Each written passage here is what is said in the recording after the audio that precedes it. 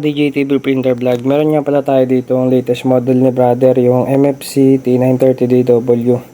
So, tuturuan ko kayo kung paano to i-reset. So, una, press nyo lang tong settings, asterisk 2864. Nakuha nyo? So, ayan, sabayan nyo ha. Settings, asterisk 2864. Pagkatapos nyan, lalabas yung maintenance, press kayo ng 8 tsaka 0. Ayan, lalabas yung error code dyan. Tapos press kayo dito sa color or dito sa start, mono start. Hanapin nyo yung purge count.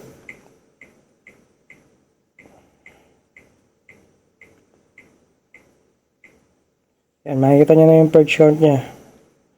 So, press nyo yung OK para lumabas yung count value. Ayan, makikita nyo 1109. So, para ma-reset yan, press kayo ng 2783.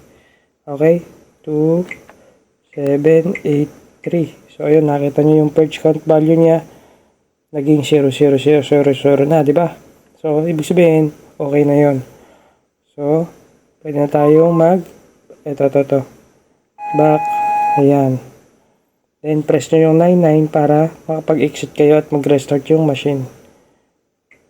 Yan.